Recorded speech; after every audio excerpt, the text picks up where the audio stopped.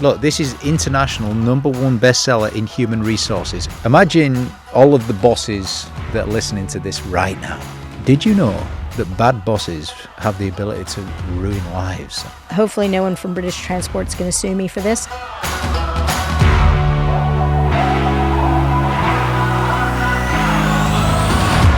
Debra Corey, great to have you. Let's talk about all things employees, all the things that business owners need to know about working with employees and being their bosses. Yep. Apparently bad bosses ruin lives as well. Is that true? It does, actually. I came up with that phrase when I was writing my second book, my Build It book. And I was telling my co-author, who's a CEO, a business owner, and I was telling him a story of how I had a bad boss. And I said, my bad boss ruined my life. And the phrase just caught on because anytime I go and I do a talk, everyone has their story with me about how a boss has ruined their lives. So, yeah, most of the time I think it's unintentional. And that's why I wrote the book. Not for people who just want to ruin lives, but for people who unintentionally don't mean to do it. Yeah, and I mean, it does affect people. There's almost emotional trauma. I'm not even saying almost. There's definitely emotional trauma for people.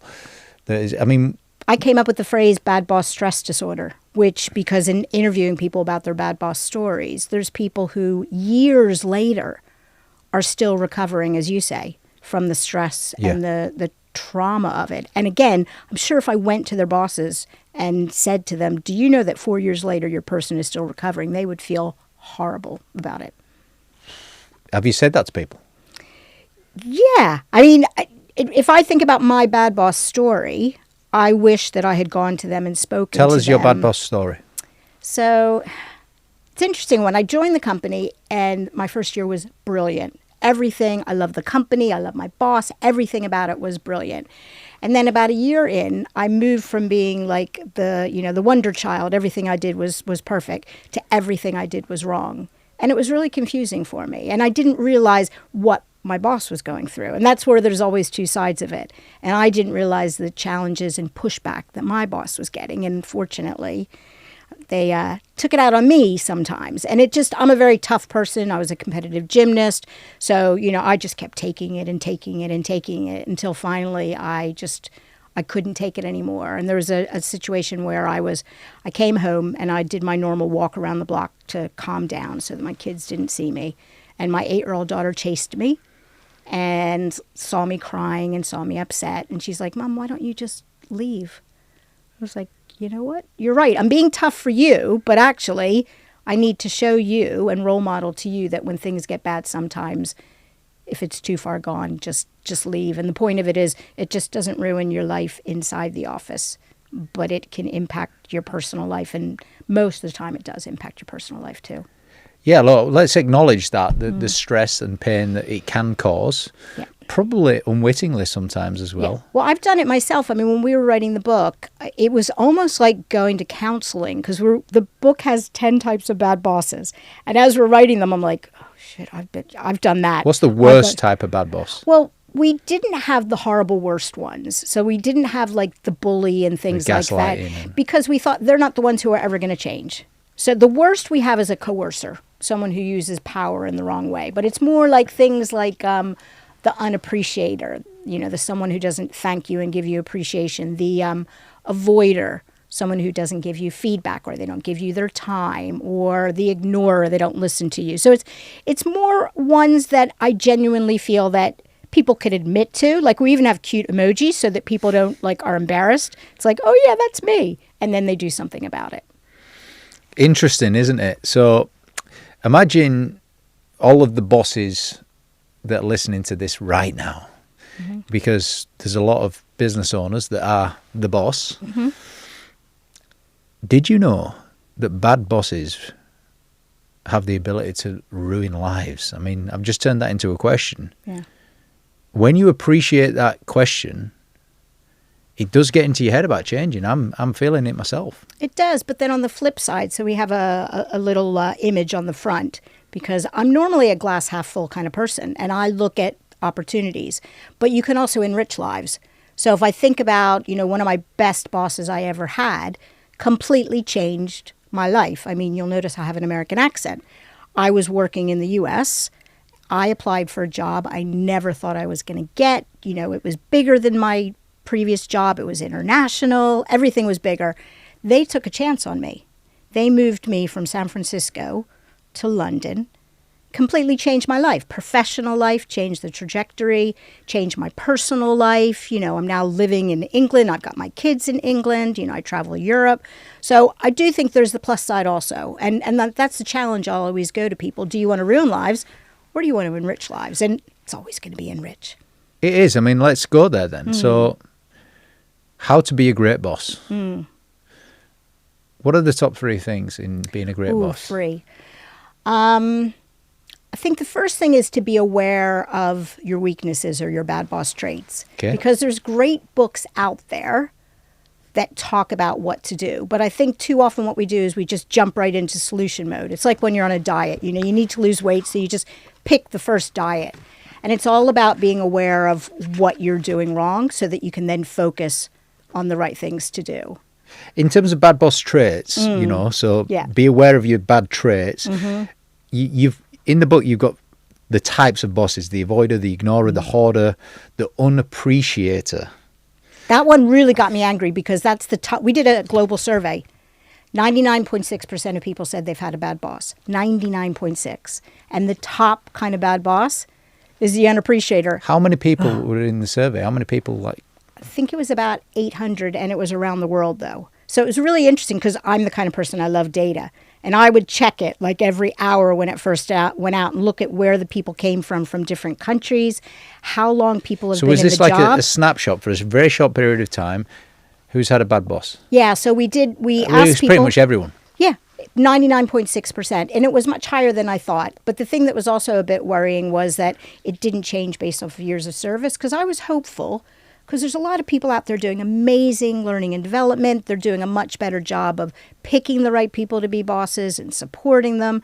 It's not getting any better. So even people who've only been in the the workplace for a year, it's not getting better. So that's why when you ask me my first tip, I think it's awareness. So before you send your bosses, managers, leaders, supervisors to training, first find out where are their areas of development. Yeah, well, all right. So, number 1, be aware of your bad traits. Number 2? I think the second one, it's interesting because I do the 3 A's, which is awareness, acceptance, and action. But since you only give me 3, my second one is to listen to your people. So it's really good to be self-aware. But some of the things that I've learned the most are from my people. So one of my really embarrassing stories in the book, as a matter of fact, I just wrote an article on Forbes. It's like, how often can I embarrass myself? I'll do it again today.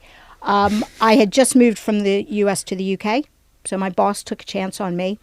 And I'll be honest with you, I was managing as I had been managed because I was a new manager, and I was managing very American, like in your face, to the point, no fluff, just get to it. About 3 months into the job, one of my employees told me that they had a Debra Corey support group that meets every Friday and talks about how I had upset and made them cry during the week. How you'd ruined their lives. How I was ruining their lives. I mean, I wasn't ruining their lives. I was making it difficult because there's different levels of ruining. Right. But yeah, I mean, they still liked me. We still got along, which is why I had no idea that I was moving towards ruining. And it was one of those light bulb moments. It's like, I need to not just be aware of myself, but aware of the impact I'm having on my people and what they want and what they need. And especially for, business owners with such diverse workforces, it's just so important to understand, because one person might want you to manage one way and another person might want you to manage another way. And then it changes when their life changes. It's no wonder we have 99.6%. It's a really tough job. It is. All right. So we've got awareness of bad traits, listen to people. What's the third one? I think it's getting that balance. So we've got a model called the Great Boss Building Block Model, and there's 14 building blocks. And it's a balance of behaviors and actions. So a lot of things, like under behaviors, I call them the 6-pack because they hold everything else up. Things like empathy, vulnerability, being authentic, trust, respect, all those things that we used to think were nice. But actually, if you don't have trust, I mean, you just interviewed John. If you don't have trust, nothing else is going to happen. You can pay the person the best salary in the world. You can give them recognition. You can send them on training classes. it ain't going to work. So it's really focus on those fundamental foundational six-pack, and then do the other things like listening and communication and appreciation and development, but to get that balance right of the behaviors and the actions. Yeah, I'm going to mention that at this point, actually, build it, because inside the front cover, there is the engagement bridge. Are these the 14 points that you're alluding to? Those are 10, yeah. So it's very confusing, sorry. I've got too many models. So in Bad Bosses, I've got a building block model that has 14. That has 10. And those are all the different about tools. Engagement. Yeah. And it's slightly different. We've broken it out. So as a matter of fact, there's 10 elements of the bridge, and my goal is to write a book on each of them. So 2 of them are management and leadership. So we go into engagement in a second. Yeah. Let's stick on this, how to move away from being a bad boss and how to move toward being a great boss, which is be aware of bad traits, listen to people, develop that muscle. How do you develop the muscle of listening? It's so easy. Well, what's that expression? You have 2 ears and 1 mouth for a reason.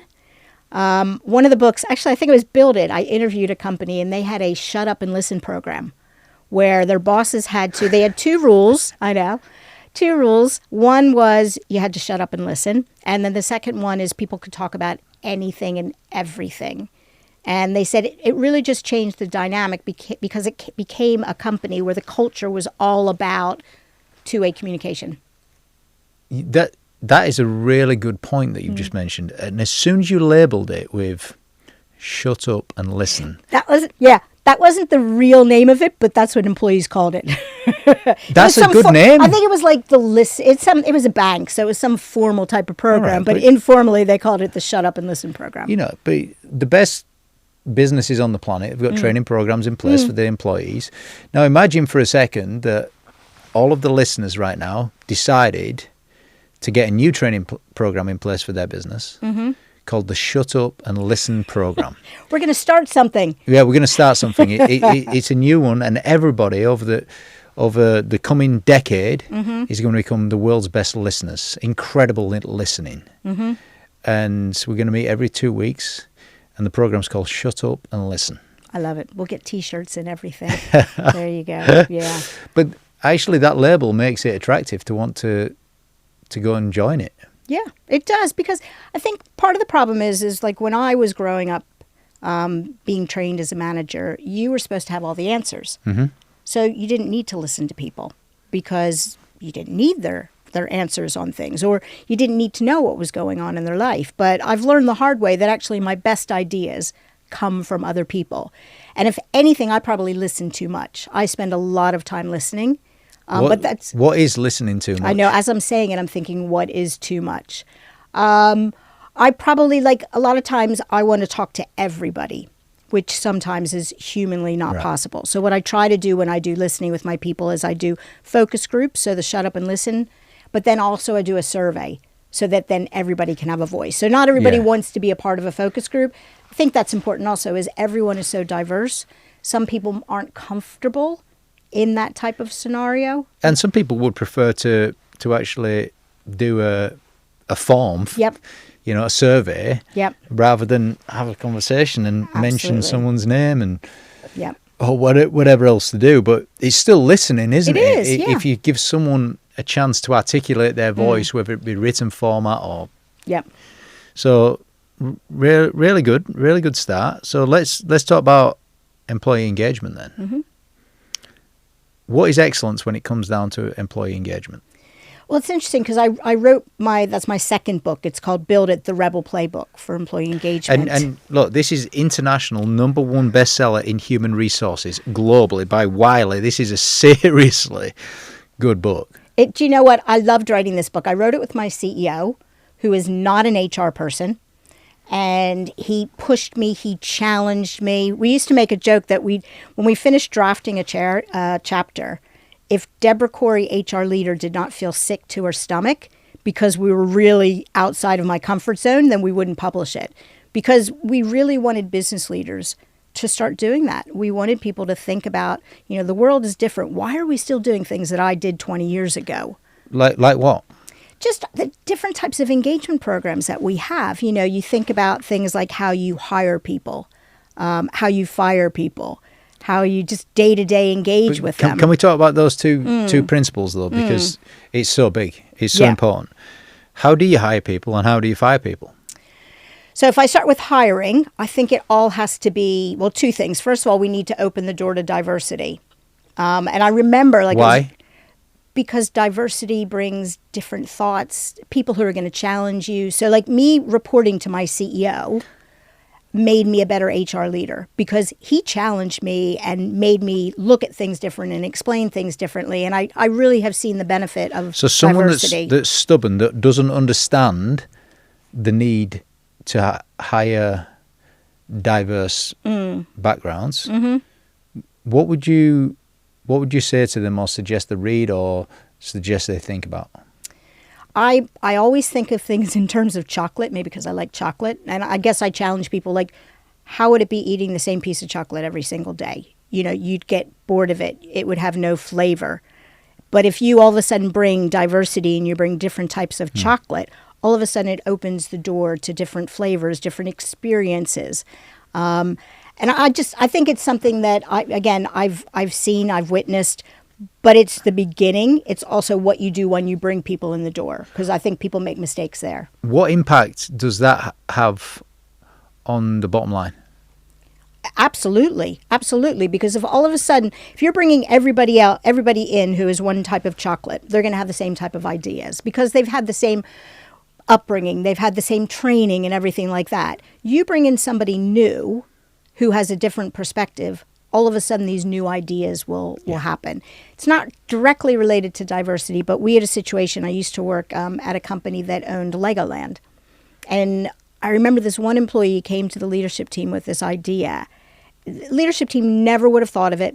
And it was about, what do you do when your children are waiting in the queues? Because I don't know if you have children, but it's like the most frustrating thing. There's nothing to do. And this one employee whose perspective was he had to stand there day in and day out and manage the queues. He said, why don't we put tables with Lego in the middle? And then the parents stand in the queue and the kids go and play with Lego. And everybody's happy. And to me, that's diverse thought because the CEO, the CFO never would have thought of that or anything like that. Yeah, you think about the families that are queuing up and, Susan's trying to keep little Johnny in. Arguments. You're standing on their toes. Come and stand in line. Yep. Yeah, so it's a beautiful idea, really. So you're already beginning to convince me, and I'm going to sit in the stubborn category of the diverse, when it comes to diversity. And I want to be convinced because I want everyone, all the listeners, to be convinced. So we get different ideas. What else is are the key benefits? Why will that impact my bottom line? Because of the different ideas. Because if you have everybody who has only that one idea, you're not going to get all the richness of different ideas. So someone's going to bring it in, or it might be a different way of working. So when I was writing that book, The CEO, I remember we were hiring a CFO, and they went to the recruitment company and they kept bringing the same type of people, same age, same gender, same nationality. And my CEO said, no, I told you I want diverse people. And the recruiter said, they're just not out there. And my CEO said, you're not looking in the right place then. And that's to me is key in diversity, is you're not looking in the right place. But long story short, we brought this woman in. I think she was from Hong Kong or something. She would sit around the leadership team meetings and question and challenge us and make us so much better. I loved every minute of it. I'm thinking, where were you when I joined 2 years ago? She was absolutely brilliant. And not that the last CFO wasn't great, but I think we took the great ideas from that person, and then this new person comes in and adds the richness to it. Yeah, you're making me think like the dynamics of the team change. It becomes a little bit more of a challenging atmosphere. Yeah, and not necessarily challenging, but even just richer conversations. So you don't have to challenge in a horrible way and also just, there's diverse personality styles too. So bringing in somebody else I'm a red yellow in the in the personality styles. Bringing in another red yellow made it a lot easier for me to be myself as well. Yeah. Because we had a lot of blue greens who Yeah, are, but you know. you get 10 red yellows altogether. Oh, you don't want that either. Yeah, yeah. No, you're No getting detail. nowhere. No, yeah. You're planning creativity all the time. Yeah. But that comment has definitely convinced me even more that diverse backgrounds, whether it be personality type, whether it be where people are from, whether it's Hong Kong, the types of question they ask, you know, it's completely different. And the other point that I made on challenging, I was seeing that as a positive, by the way. Oh, okay. I wasn't seeing it as a destructive challenge. Everybody wants a constructive environment. All right, so we start with engagement by diversity. Yeah. And also hiring against your values. So one of the books I wrote was on values. Every company needs values. My company is just me. I still have values because you need something to guide you and help you with decisions. Though? How do you really know when you're recruiting and you're interviewing that you match on values? It's a really good question, and it goes into the questions that you ask in this interview. So are you, like, if you've got a value, so one of my values is open the door to possibilities, which is all about not getting stuck in the past and being able to, you know, really look at things in innovative and creative ways. So if I was interviewing you, James, I would be asking you, what does this mean to you? Give me an example of when you did this. Give me an example when you didn't do it. The book is called Bringing Your Values Out to Play because I want people to think of them as like, you know, these balls. I'm like, here, that's the value. Bang, what does that mean to you? And that's really where the differences are made. And when I interviewed people for the book, they said that they've seen a lot of change in getting not necessarily the same people. It's not about hiring everybody who thinks the same, but everybody who believes in the same things. So in your interviewing, should you ask 2 or 3 questions about each one of your values? I guess it depends on the value, and you need to be flexible. So if I, open the door to possibilities, if you give me this like amazing example and I know you get it, I'll move on. But then the trick is also then make sure that you make your decisions based off of those. Because I interviewed a company in Boston when I was writing my values book, and they told me that, we'll be honest, we did interviews based off of values, but then if there's a really good person, like a really amazing salesperson, and we're like, we have to get them, they hired them anyway. And they kept track of people who had these sort of red flags, and every single person didn't work out. And actually, in many situations, if they were a leader, they brought others down with them because they were so against their values, and they changed their policy. They're like, we do not hire red flags because it's not right for them. They're going to leave less than a year later. They don't want that, and it's not right for us. There's a trap out there, isn't there? It's cognitive bias. Oh, it's absolutely. Like, you're so good with people. You've got this skill at closing. Oh, let's just get you in. Yep. Yeah, we need some more sales. Yep. And that's a trap that you fall for. That's why I always have someone else interview with me. So if I start falling down the rabbit hole in the trap, someone pulls me out. If they start falling in it, I pull them out because we're human. It's going to happen. Oh, I really like this person. And then I need someone to question and challenge me. Okay, so the hiring process, we hire on values. What next on getting employee engagement? Yeah, I mean, if I think about all the different areas of the engagement bridge, it's some of the basics like communication. Well, just a second. Let's see which one stands out. Can I remember them all? Yeah. No, I'm going to read the 10 out. Okay, good. And then you're going to pluck one of these out for all of the right reasons in this conversation. All right. So it goes workspace, well-being, pay and benefits. Oh, I definitely want to discuss that. Open, honest communication. Purpose, mission and values, leadership management, job design, learning and recognition. Which one's standing out? Well, the one thing I'd say first is similar to my Great Boss building block model, there's the ones on the bottom and the ones on the top. So you'll notice the ones on the bottom are things like pay and benefits, workspace, well-being. And that's because if you think of like Maslow's hierarchy, those are the ones that stay on the bottom. The listeners can't see, but they're on there twice. They are, because they are holding it. They are holding the bridge up. Yes. So if you think about the bridge, your bridge is taking you from one muddy side of the river to the other side. And if you don't have them holding it up, again, I'm a big believer in appreciation and communications, but if, you don't get pay right, the foundation, people are just going to worry about it all the time. If you're not supporting their well-being, you don't get the workspace right. What do you mean workspace? It's funny because I want to write this book again. Because of hybrid? Just with the world changing. But unfortunately, my co-author is now doing like music businesses, so I'd have to write it myself, which I don't know if I want to write it myself. But workspace back then was more about the physical workspace. That's what we were talking about. And I loved writing this book. I learned so much. I remember I went to San Francisco and I interviewed a tech company, and they have someone whose job is about workspace and how you bring the five senses into workspace and engagement. And I never really saw it as such a really important aspect. Is that working environment? Is that the working environment? Would that be a working new term? Environment, culture, but now we've got hybrid. So now workspace is completely different. How do you your engage people? Your environment at home is your desk at wherever it is. Is that workspace? That's workspace, but even just the tools. So what tools do you use to help people do a job? Because I don't know if you've ever been in a company before where the tools are like so antiquated. They're just like so frustrating, and it just makes your job difficult. So I think it's everything that has to do with how you get work done. Again, the basics, staff room. Do you have a staff room for people? Do you know, because open, honest communication skills of a leader, people could say, yeah, I need to improve that. Hang on a second, though, because what I'm getting from this is, don't go and improve that yet. You've not got solid foundations. You need to go and sort the pay and benefit structure out.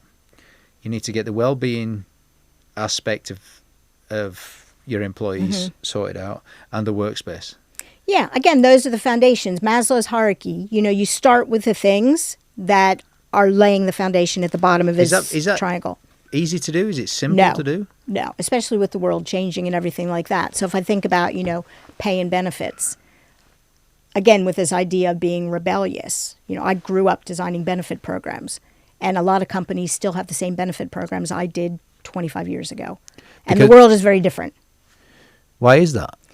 I just think you get sort of stuck, and also it's hard to change things like benefit programs. It is. I remember I worked for a company, and I came in and I did a review of all of their global benefits, and we aligned them with their strategy and their purpose and their values. And then little old me comes in and says that we're going to remove 2 of your most favorite benefit programs. And they're like, no, we can't do that. These are our employees' favorite benefit programs. And I said, okay, show me how they align with our strategy, our culture, and our values. Because they were all about, they were created at a time when the business was very different. The world was very different. And it was focusing on the top 10% of people. And we were spending a huge amount of money on these. And I said, I want that money to spread like peanut butter against everyone else. So I finally convinced them to change it. It's very interesting. So one of them was a staff lottery, which was brilliant. We were a small company. We had the staff lottery, and once a month, 10 people won money, like £1,000, £100. Yeah. But it didn't align with any of our values. And so I took that money and put it into something else. And when I announced it, my employees, they came up to me and they said, I get it. I get why you're doing it. It makes sense. But can you get rid of it next month? Because I'm feeling lucky and I'm going to win this month. But they got it. They did get it. And sometimes you got to make changes. And as soon as you said, hang on a second, let's align the benefits program, whatever we've got in place, the structure, with the values and the strategy of the business, it kind of makes sense. Well, it's interesting. Another one I got rid of, or I changed, sort of links with well-being. And many companies do this, so they might be shaking their head, I'm not going to get rid of it. But our values were all about working together and, not being a family, because I'm not necessarily a believer of that, but, treating everybody in a fair and consistent way. And our holiday entitlement, similar to some companies, you'd get more like every 5 years. And I pushed back and challenged, and I said, how is that fair? If holidays are for your well-being, to give you time to rest and recover, why should I, who've been here 20 years, get 10 more days than you? Don't we all need the same thing? Like a business has got a vision statement. Are we saying here we should have a well-being statement and we should have a workspace or an environment statement? Yeah, normally where I start is I have a reward principles.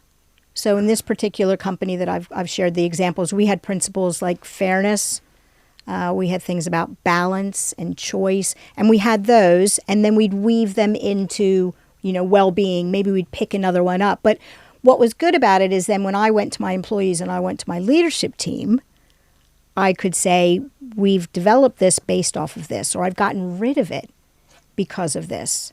So it's similar to your business strategy. Your business strategy makes sure you're getting the right products out. Yeah. Right. Let's go on something else on here. I'm going to jump to the top, recognition. Okay. And I'm going to refer to this other book that we've got here as well. See it, say it, appreciate it. Where did that statement come from? Hopefully no one from British Transport's going to sue me for this. But I was inspired standing and listening to that statement that we've all heard on the platform. See it, say it. Yeah. So I was standing there one day trying to come up with the title for the book. And I was like, that's it. Because see it, it's similar but opposite. So see it on the platform is all about if you see a problem. This see it is about if you see someone doing something great. Say it is about on the platform you tell somebody else. Yeah. Say it here is about taking ownership and responsibility and doing something about it. And then appreciate it is similar to the sort it. Is it sorted or sorted it? Sort it, yeah. Yeah. And it's about delivering the appreciation feeling. Yeah, it's really, really nice. What's the difference between appreciation and recognition?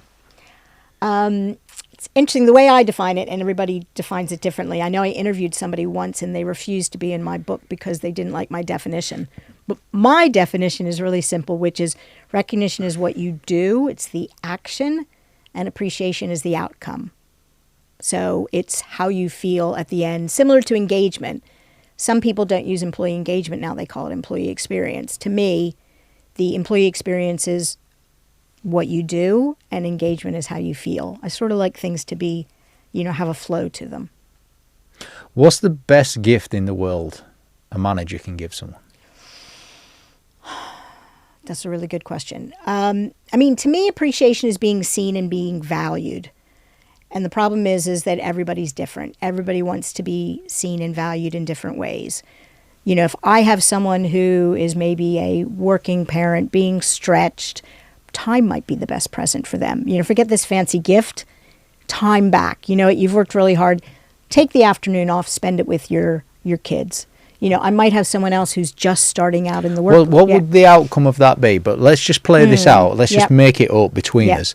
Let's say that you did decide to do that. What would be the outcome be? Because recognition is the action. Mm-hmm. So let's say you give me my time back, a Friday afternoon off to go and pick the kids up from school and take them elsewhere. What was the outcome for me? Well, you're not going to get to the outcome unless you do the two parts of say it. So say it is how you do it in your words and your actions. Right. So you don't just you've got to say it then. You've got to. You have to explain why. So like if I just say, you know what, take Friday afternoon off, you'll feel good. You'll feel great about it. But if I don't explain it to you and say, I'm giving you Friday afternoon off, I know that you've been working really hard. You've done this amazing job. I really value everything that you've done. You're going to feel just as appreciated as the time off. So there's two parts of say it. It's through your words and it's through your actions. Yeah, but one of the outcomes is my feeling. Yeah. I feel valued. Absolutely. And actually there's scientific study that when you genuinely feel appreciated, happiness chemicals are released, going back to chocolate, same chemicals as chocolate. So you feel valued, you also feel happy. You also, I always say that appreciation is the best learning class in the world. Because if I tell you, you worked really hard, I love how in this project you did this instead of that, all of a sudden you've just learned that this is what you need to do more of. So when sometimes bosses tell me I don't have the time to do it, I share data that talks about how actually it makes people more productive when you appreciate them. So it's going to save your company money. It's going to make your company more money. It's going to add to the bottom line. There's a business reason for appreciation. Profits are going to increase. So I just want to take this concept of appreciation out of business and I want to put it in the household, personal lives.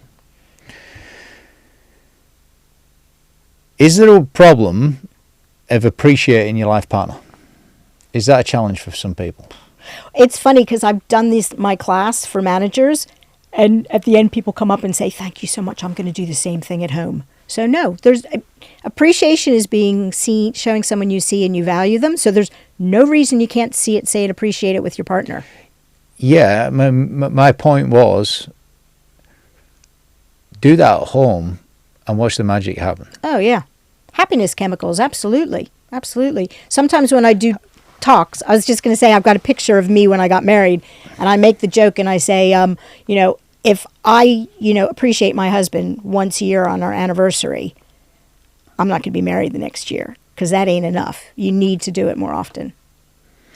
Yeah, let's major on this subject for a second, because this is really good for the listeners. Marriage counseling we're going into. No. It doesn't have to be about the household now, but it needs to be about upskilling how you say it, what you actually do, how to show appreciation.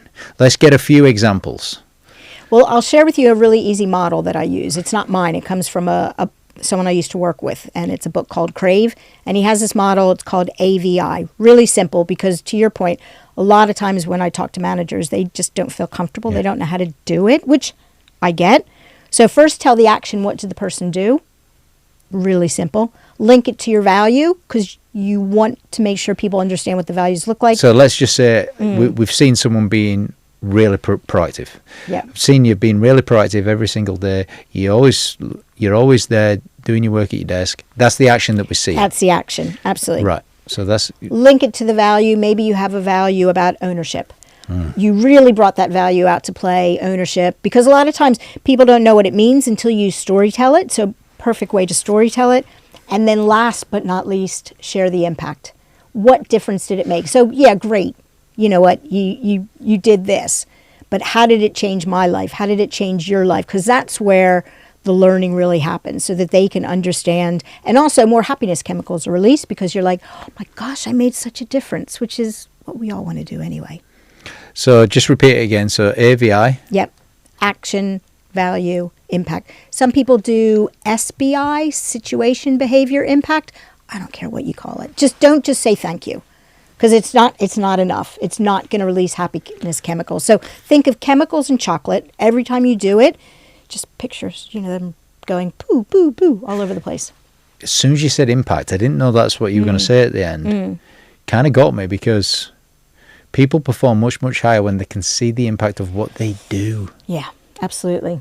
It's inwardly rewarding, because you can see it. Yeah, I had a situation where I had somebody help me develop a presentation, and I went on stage and presented in front of a couple hundred people, and I wanted to thank this person, and I knew she'd like this. I made sure that she'd like this. I called her on stage at the end, and I told her, thank you for doing this. It aligned with the values, and I said, and here's the impact. And the entire audience just broke into applause, and that was so much better than me just saying it to her. But the funny thing about it is, afterwards, I had a couple of people who worked for me come up and say, don't ever do that to me.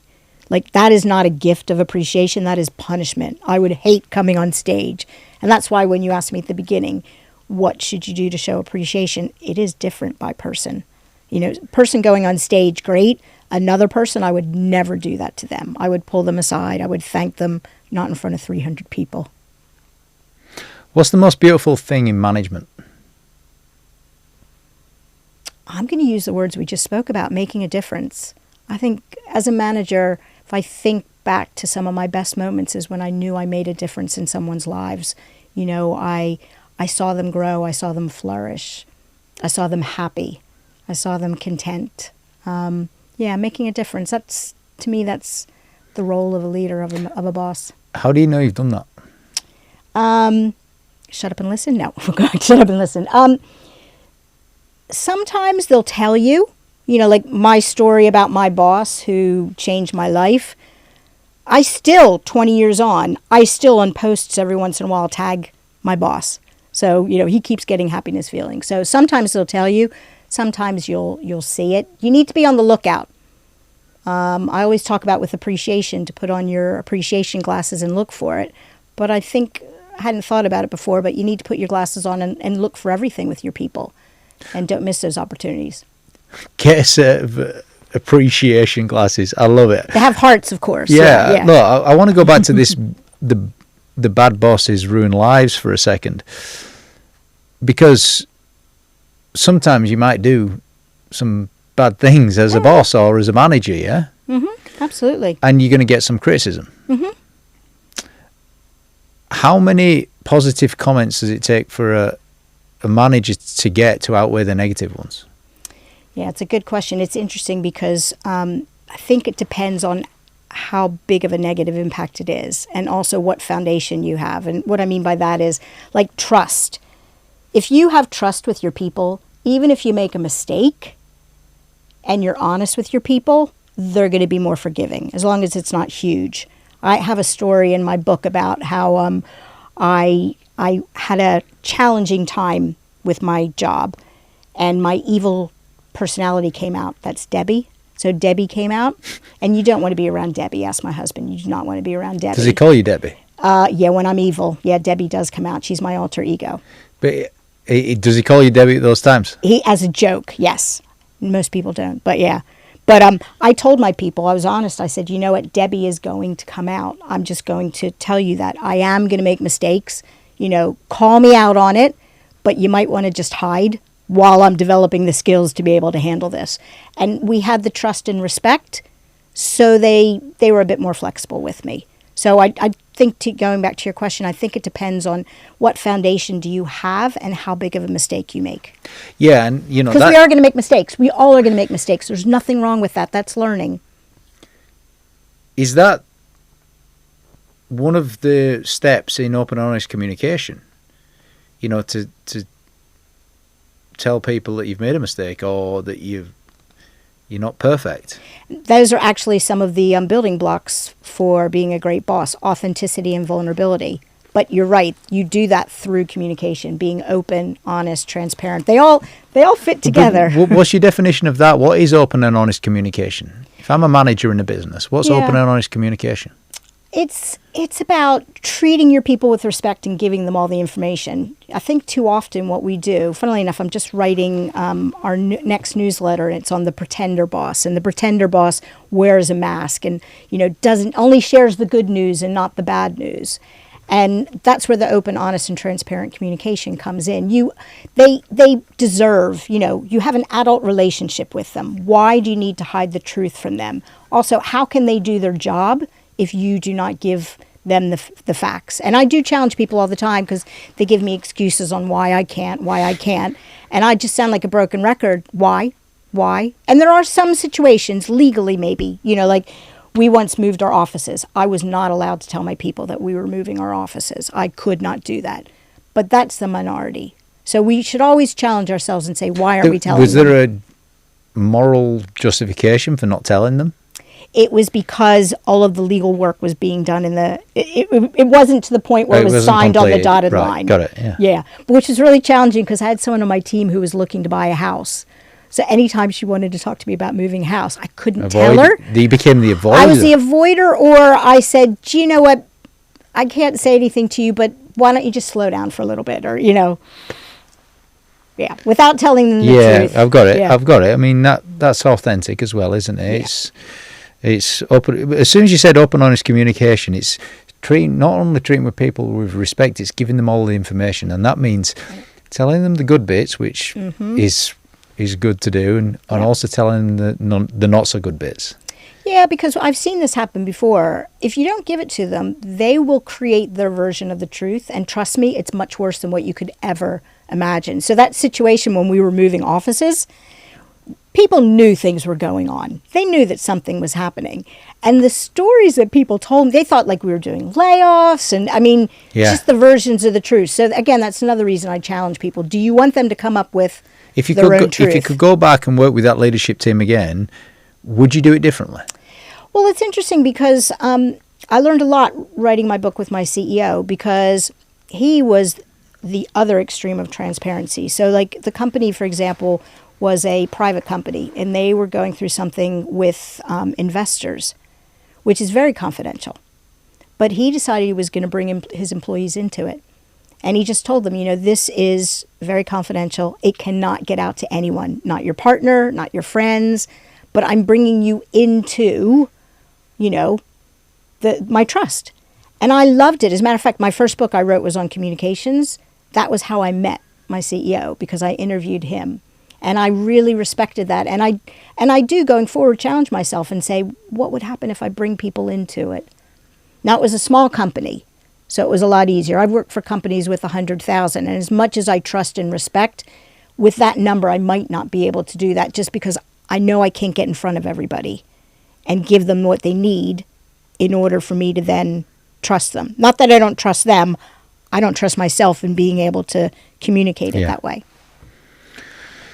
It's really insightful, the open, honest communication piece. Is there anything else in terms of actionable things, a bit like your framework that you did, that you shared earlier on the of appreciation, the action, the value, the impact? Are there any skills in how to develop this ability to communicate openly and honestly? I'm just going to do two phrases. I'm going to go back to the shut up and listen, because communications is two ways. Yeah. So part of open and honest communication is listening. And then the other one I'll borrow from Nike, just do it. So, no excuses, just communications to me. I almost we got into an arm wrestling, because part of me thinks that communications is on the foundation. Because if you don't communicate with your people, you can't have trust and everything, but it is more of an action. So that's why on the building blocks, it didn't go to the bottom. It's quite short and direct. It's it's classic red and yellow Yeah, sorry. out here. But That's why I have models all the time, because I like things, Yeah. It's two actionable points though here, isn't it? It's like, number one, embrace a shut up and listen philosophy. Well, we have the T-shirts. We're going to do it. Get the T-shirt. Yeah. In fact, buy a T-shirt that says "Shut Up and Listen" on it. You want to develop and to become an incredible communicator that's open and honest communication, buy the T-shirt. Literally, I'm talking serious, buy the T-shirt, yeah? Because then you've got the label here. Yep. New Orleans, shut up and listen. And then just do it. Communicate. Communicate back. Listen, and then respond. Yeah, I think one of the things about listening, we talk about that in the building block, is, and I made this mistake myself, I just tell somebody something and I think I'm communicating. We're all so busy. We're never going to be able to pick up on it. There's something called the forgetting curve. Have you heard of that before? Where people are going to forget what you've said in the first hour. They're going to forget, I forget the statistic, 70% of what you said in the hour. By the end of the day, they're going to forget like 80%, and by the end of the week, it's 90%. So when you communicate, be open, honest, and transparent, but do it continuously. Don't assume that they are going to know it, and also check for understanding. Those are my quick tips on communication. I've got a question, but I'm going to do a self-correction first. Okay. I said shut up and listen, then respond. Actually, it should have been shut up and listen, understand them. Check for understanding, absolutely. And appropriately respond. Just do it. Really nice. Then I've forgotten the next bit I was going to ask you, so I'll let you say something else about communication.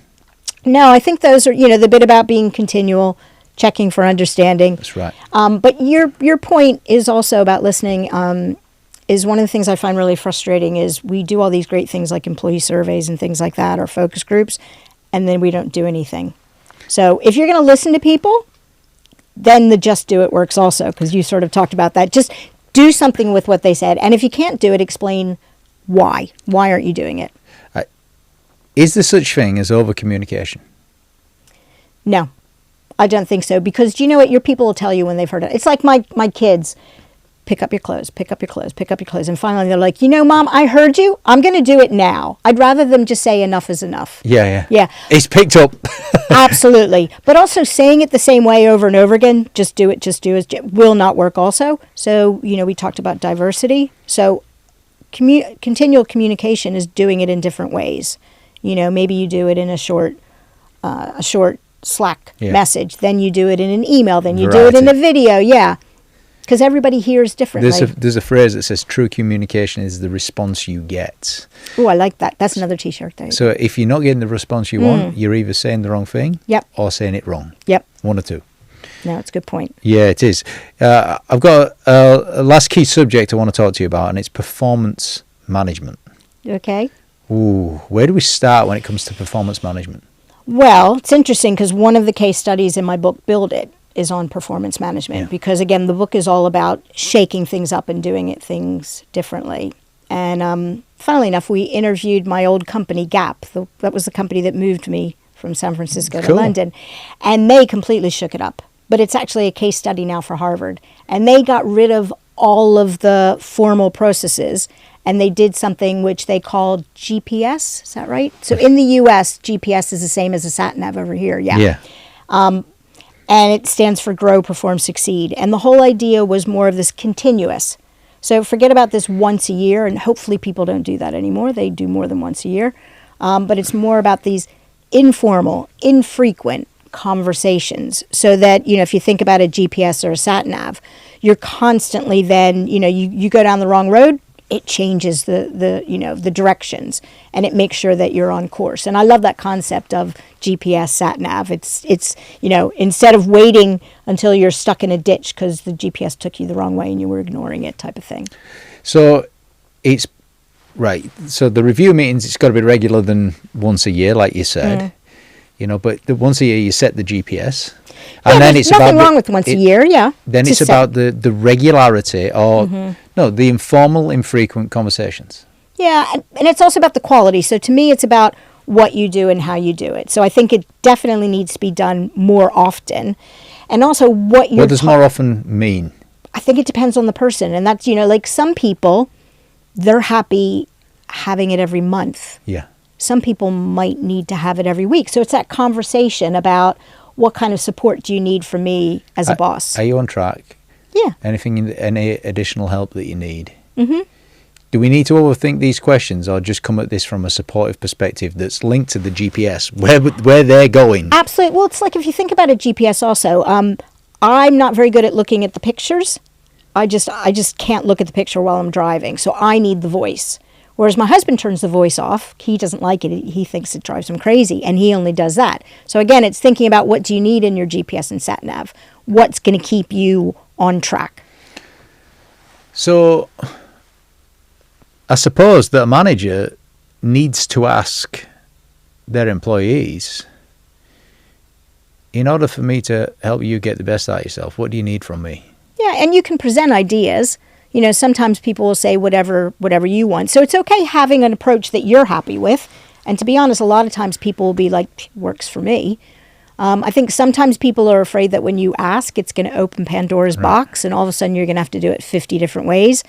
You'll probably find there's maybe only one or two different ways people want it. Okay, so what if someone's underperforming?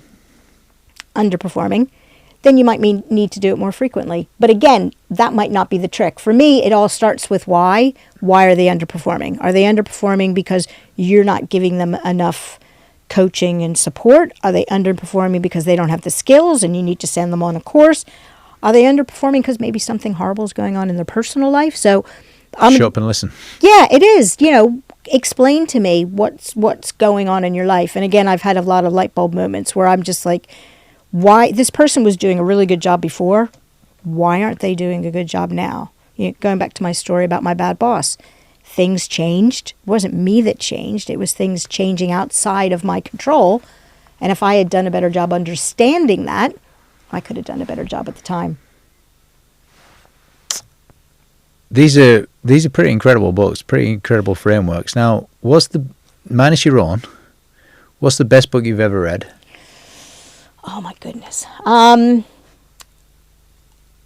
of my favorites, well, besides John's on Trust, and he has a new book out, so I won't... That's Dr. John Blakey. Dr. John, yes. I love this book by Kim Scott called Radical Candor. Yeah, no, and I interviewed her for my most recent book. She's amazing. And she has a new book out that is called, I think it's called Work Hard. I think. I just pre-ordered it. But I like really simple... hit you between the eye type models. And it was, for me, it changed how I do feedback. That's a concept of open, honest communication, challenge directly and care personally at the same time. Yep. Which is amazing book is that on Kim Scott. Good choice. Good choice. Is that the best book for management or leadership or both or what? Oh, there's so many. I like Paul Lencioni's books on management. He's got Patrick Lencioni. Why did I say Pat? Yeah, Patrick Lencioni. I think he's got some good books. Very good. Can't go wrong with Brene Brown. I mean, Brene Brown is the amazing. If you were to pull out the obvious trait that she develops in people, what do you think it would be? I think for me, you can tell I like people who challenge it. She talks a lot about, I have her in the book, authenticity and vulnerability, and she's really about the human side and really making you understand why it's important and how it can make a difference and how you need to look at it a different way. So one of the things that when I was researching the book, I always say this thing about put yourself in your employee's shoes. She challenged me completely on that. And in her book, she talks about how, let's face it, you can never get in your employee's shoes. You don't wear the same size. You don't have the same foot. You are never going to get in their shoes. But you can learn enough so that you can understand what they're wearing, why they're wearing, and things like that. So that's what I love about her. She's just amazing. Yeah, let's go for an example in the male world as well. Who's a better leader, Elon Musk or Richard Branson? I'd like to say I know tons about both of them, but what I know about Richard Branson from a people perspective, I just saw a video of him. They had like this staff party and he was the first one to jump in the water. I mean, he just seems, again, I've never met him myself, but he just seems like one of these people who just puts people first all the time. And I respect that. And I can see it, like I'm a huge fan of his businesses. I can see it in his people. His people put customers first. He puts people first, and his employees put me first. Yeah, I like that. So you're choosing Branson because he puts people first. Is that why you pulled out Brené Brown? Because of the empowerment of people that she brings? Yeah. I mean, she definitely is. She stands for that, yeah. She does. And she, I love what she does because she starts as a researcher. I mean, she's like amazing studies have been done. So there's proof behind what she says.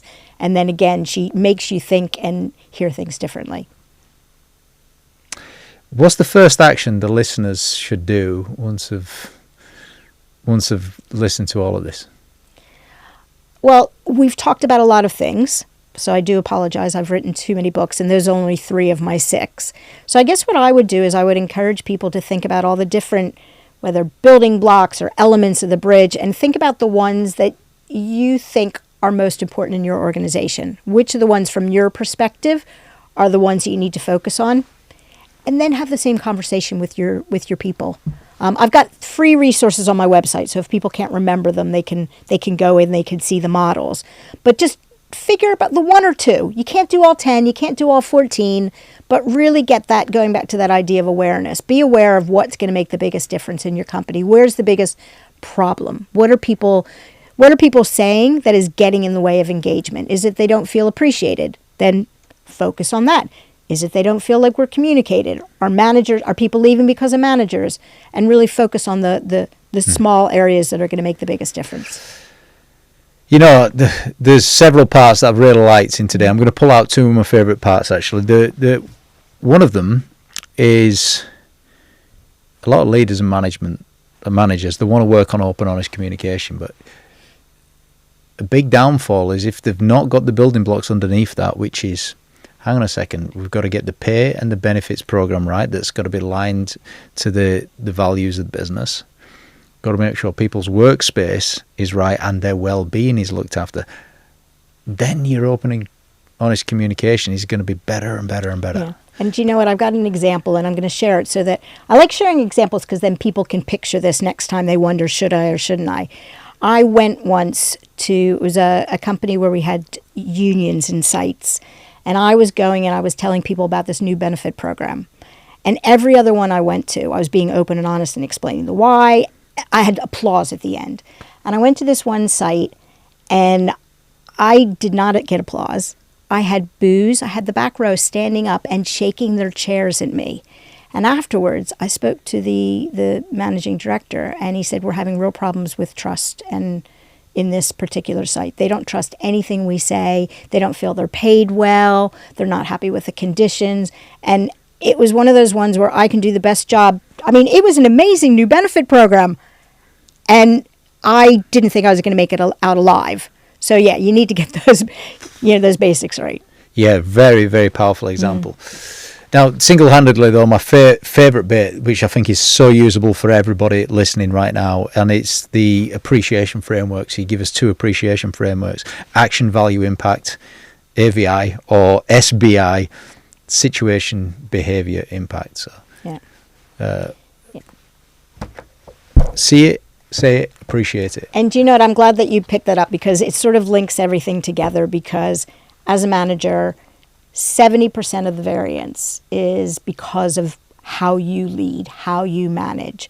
And I told you that the area that we're not doing the best in is appreciation. As I said, 81% of people said their boss doesn't appreciate them. So even if you don't do gifts, you don't do awards, if you can just see it, say it, appreciate it through the words, the AVI, SBI, just that is going to make a difference. It is. It's going to make a huge difference to all of the listeners. Anyway, that was my favourite part. What's been your favourite part of the conversation?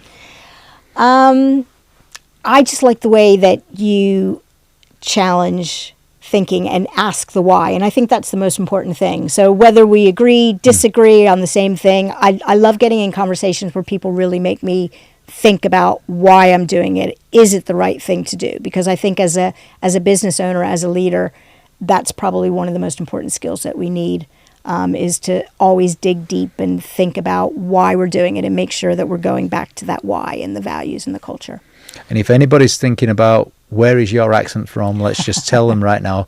So you grew up in Pennsylvania. I did, yes, Pennsylvania. Yep. And then Gap moved you across to the UK. They did. I worked my way across the US for a while, all the way from Pennsylvania, then through to San Francisco. And then, I've lived over here over 20 years.